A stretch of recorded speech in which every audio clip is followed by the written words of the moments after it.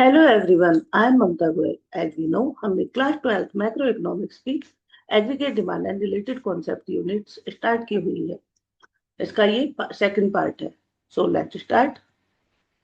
इसमें हमने first video में यानी इससे पहली वीडियो में हमने डिस्कस किया था aggregate demand and component of AD यानी aggregate demand, close economy, open economy, aggregate demand and aggregate supply. और इस वीडियो में हम डिस्कस करेंगे कंजम्पशन फंक्शन, जिसको बोलते हैं propensity to consume, consumption function के schedule and diagram, important observation of diagram, types of propensity to consume, average propensity to consume and marginal propensity to consume. और नेक्स्ट के part हम next video में discuss करेंगे। Consumption function को हम क्या बोल सकते हैं? Propensity to consume. Consumption function, it is also called propensity to consume. Consumption function क्या होता है? सी क्या है हमारा कंजम्पशन, वाई क्या है हमारा नेशनल इनकम। इन दोनों का जो फंक्शनल रिलेशनशिप होता है that is called consumption function. Consumption and national income का जो फंक्शनल रिलेशनशिप होता है that is called consumption function. Consumption function में क्या डालेंगे हम कि इनकम का वो पार्ट जो कंजम्पशन एक्सपेंडिचर होता है। Consumption expenditure refer to that proportion of income which is spent on the purchase of goods and services at the given level of income. Clear है? उसके बाद आते हैं कंजम्पशन फंक्शन की शेड्यूल एंड डायग्राम। हमने पहले भी एक टेबल कराई थी, उसी के अकॉर्डिंग ये हमारी इनकम होगी, जिसको हम नेशनल इनकम भी बोलते हैं। ये हमारा कंजम्पशन हो गया, जिसको हम डिनोट करते हैं सी से। इनकम को डिनोट करते हैं वाई से। इनकम क्या है हमारी? 0, 100, 200, 300, 400, 500 एंड 600। जैसे कि मैंने पहले भी बताया था कि इनकम को हम क्या करते हैं? वाई से डिनोट करते हैं, और इसको एग्रीगेट सप्लाई भी बोला जाता है जो हमारे डायग्राम को 2 इक्वल पार्ट्स में डिवाइड करता है, और ये 45 डिग्री का एक एंगल बनता है। उसके बाद होता है आपका कंजम्पशन 40, 120, सभी में कितना डिफरेंस है? 80 का डिफरेंस है। 200, 280, 360, 480 एंड 520। क्लियर? तो इसमें सबसे पहले हमने बना लिया वाई वाले में तो बनाने में कोई दिक्कत नहीं है। इसको दोनों इक्वल पार्ट्स में यानी ओ एक्स एक्सिस पे क्या है हमारी इनकम, ओ वाई पे क्या है हमारा कंजम्पशन एक्सपेंडिचर। तो इन दोनों को क्या कर रहा है? इक्वल पार्ट्स में डिवाइड कर रहा है, 45 डिग्री पे बन रहा है। क्लियर? अब आता है हमारा कंजम्पशन फंक्शन। कंजम्पशन फंक्शन ये दिखा रहा है, देखो सी पॉइंट हमें क्या दिखा रहा है कि जीरो जीरो लेवल पर भी हमारा कंजम्पशन क्या हो रहा है? यहाँ पे 40 हो रहा है। ये देखिए, जीरो लेवल इनकम है और 40 हमारा कंजम्पशन है, जो इसका स्टार्टिंग पॉइंट है। तो ये क्या प्रेजेंट कर रहा है कि इनकम हमारी 0 है, तभी भी कंज्यूमर कुछ ना कुछ इनकम करता है। That is called autonomous consumption. इसको सी बार से डिनोट करते हैं। क्लियर है? अब इसको डायग्राम को देख लेते हैं। कंजम्पशन फंक्शन में क्या है? ये ओ एक्स पे हमारी इनकम आ गई, ठीक है। ओ वाई पे क्या है हमारा कंजम्पशन, जो करोड़ में है। इनकम भी हमारी करोड़ में है और ये भी करोड़ में है। इसका ये वाला तो आपको पता ही चल जाएगा कि ये वाई है। एएस यानी aggregate supply. Y national income, AS aggregate supply, दोनों इक्वली होते हैं, जो 45 डिग्री पर बनाया जाता है। उसके बाद जो कंजम्पशन फंक्शन जो हमने ये डिनोट किया है, ये क्या कर रहा है? अपवर्ड स्लोपिंग हो रहा है, और ये क्या कर रहा है? ई पॉइंट पर एक दूसरे को इंटरसेक्ट कर रही है, वाई को। क्लियर है? तो यहाँ पर कुछ पॉइंट्स डिस्कस कर लेते हैं। सबसे पहले starting point of consumption curve. जैसे कि मैंने बताया इनकम लेवल हमारा 0 है, तो भी हमारा कंजम्पशन क्या हुआ है? 40 हुआ है। तो क्या हुआ? 0 लेवल इनकम पर जो हमारा कंजम्पशन हो रहा है that is called autonomous consumption. Consumption curve start from the point C, जैसे कि मैंने पीछे डायग्राम में भी बताया, ये रहा पॉइंट सी। एंड किस पर? वाई एक्सिस पर। This implies that there is autonomous consumption यानी C bar of OC even when the national income is 0। National income 0 है तो भी ऑटोनोमस कंजम्पशन हो रहा है, जो कि वाई एक्सिस पर डिनोट हो रहा है। नंबर 2 क्या हो गया? Slope of consumption curve. ये क्या होता है? अपवर्ड होता है। जैसे जैसे इनकम इंक्रीज होती है वैसे वैसे कंजम्पशन इंक्रीज होता है, लेकिन कंजम्पशन लेस देन इनकम, यानी इनकम जिस प्रोपोर्शन में इंक्रीज होती है कंजम्पशन उससे कम प्रोपोर्शन में इंक्रीज होता है। CC had the positive slope, which indicates that its income increase, consumption also rises. However, proportionate rise in consumption is less than the proportionate rise in income, as part of the income is saved. Clear? देखो इसमें कि consumption भी increase हो रहा है, income भी increase हो रही है, लेकिन दोनों का जो प्रोपोर्शन है इसमें कितना है, इनकम में हमारा 100 का डिफरेंस है और कंजम्पशन में हमारा 80 का डिफरेंस है। क्लियर है? Income is less than consumption किस पॉइंट पर, इनकम कंजम्पशन से कम है, जो ये गैप कवर कर रहा है सीओई, ये रिप्रेजेंट करेगा हमारा डिश सेविंग को। कैसे? When income is less than consumption the gap is covered by dish saving, COE represent the dish saving. इसको डायग्राम में देख लेते हैं।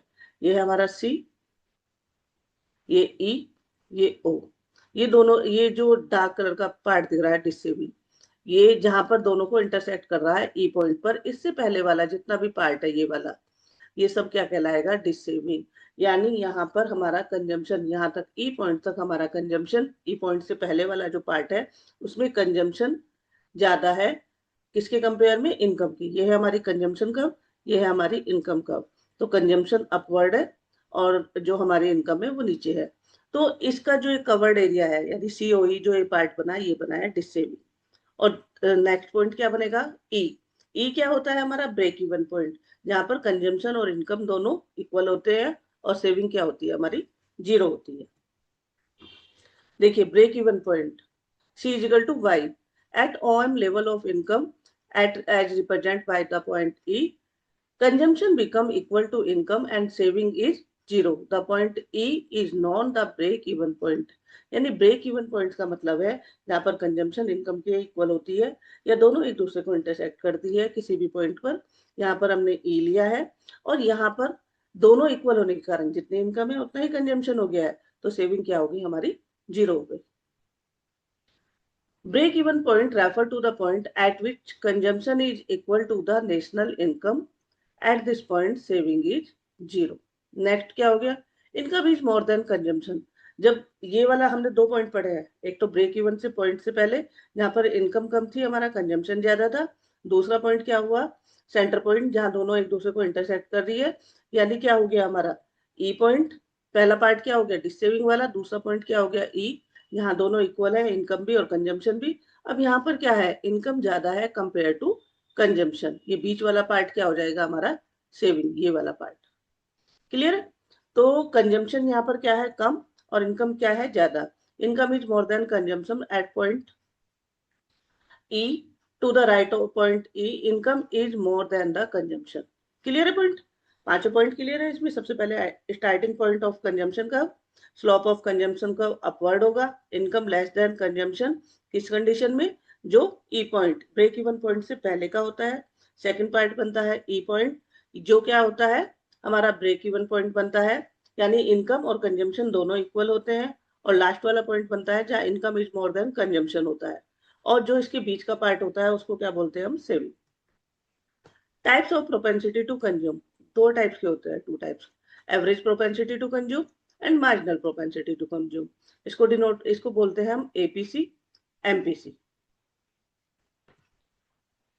Average propensity to consume, APC, इसका क्या मतलब हुआ कि इनकम का वो पार्ट जो हम कंज्यूम करते हैं। Average propensity to consume refer to the ratio consumption expenditure to the corresponding level of income. Income का कितना पार्ट हमने कंज्यूम किया, एपीसी। इसका फॉर्मूला होगा कंजम्पशन अपॉन इनकम, या इसको ऐसे भी लिख सकते हैं, APC equal to C upon Y. इस फॉर्मूले को याद करने के लिए सिंपल सा फॉर्मूला है, जो सी होगा इसके साथ जो भी होगा हमारा, इसको हम ऊपर लेंगे और इनकम हमेशा नीचे ही रहेगी, क्योंकि हम इनकम का जो पार्ट कंज्यूम कर रहे हैं वो ऊपर आ गया। Consumption expenditure divide by income, national income. If consumption expenditure is 70 crore, एक क्वेश्चन देख लेते हैं इसका। National income is 100 crore, then APC क्या होगा। एपीसी का फॉर्मूला क्या बताया मैंने, सी अपॉन वाई। सी की वैल्यू क्या है हमारी 70, वाई की वैल्यू क्या है 100। सी क्या है कंजम्पशन, वाई क्या है हमारा नेशनल इनकम। ये क्या आ गया हमारा 0.70। तो इसको क्या कह सकते हैं हम, 70% इनकम का पार्ट जो है जो कंज्यूम किया गया है 100 में से। यानी 100 हमारी क्या थी, 100 करोड़ इनकम थी, 70% कंज्यूम हुआ है। तो सेविंग आप समझ सकते हैं इसमें 30 जाएगी। लेकिन अभी अभी सेविंग को नहीं पढ़ना है, केवल कंजम्पशन देखना है हमें कि कंजम्पशन कितना हुआ 70, इनकम कितनी हुई 100, और 70% हमारा क्या हुआ, कंजम्पशन हुआ इनकम में से। नेक्स्ट आता है मार्जिनल प्रोपेंसिटी टू कंज्यूम। ये आपने माइक्रो इकोनॉमिक्स में भी लास्ट ईयर पढ़ा है, मतलब 11th क्लास में। माइक्रो मार्जिनल का मतलब हुआ एडिशनल यूनिट, यानी यहाँ पर एडिशनल इनकम, इनकम जो इंक्रीज हुई है उसकी, उस इनकम इंक्रीज के अकॉर्डिंग हमारा कितना कंजम्पशन इंक्रीज हुआ, उसका जो रेशियो होता है, that is called marginal propensity to consume. देखिए, marginal propensity to consume refer to the ratio to change in the consumption expenditure to change in the total income। Total income के ratio में कितना, कितनी total income change हुई, उसके ratio में कितना total consumption expenditure मतलब चेंज हुआ है, उसका जो रेशो होता है that is called marginal propensity to consume. MPC explain what proportion of change in income is spent on consumption। इसका फॉर्मूला क्या हो जाएगा, एमपीसी, जैसे कि मैंने सी बताया था, सी यहाँ आ जाएगा। एम का मतलब क्या होता है, चेंज, एडिशनल, तो change consumption divide by change in income.